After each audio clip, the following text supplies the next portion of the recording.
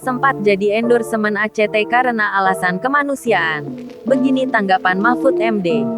Menteri Koordinator Politik Hukum dan Keamanan, Menko Polhukam, Mahfud MD di akun media sosialnya mengatakan, jika dugaan ACT selewengkan dana umat terbukti, maka sudah harus diproses hukum.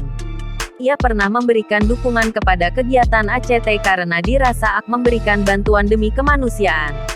Bahkan Mahfud sempat mengendorse ACT dengan adanya video yang memperlihatkan dukungannya terhadap kegiatan ACT. Mahfud juga menceritakan bahwa ia juga pernah dimintai endorse oleh pihak ACT secara tiba-tiba di kantornya. Ia juga mengaku pernah ditodong endorse usai memberikan khotbah di salah satu masjid raya di Sumatera.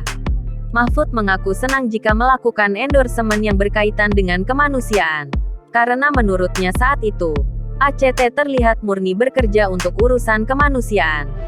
Namun, jika dugaan penyelewengan dana kemanusiaan itu terbukti, maka dikatakannya sudah harus dikutuk dan harus dipidanakan sesuai hukum.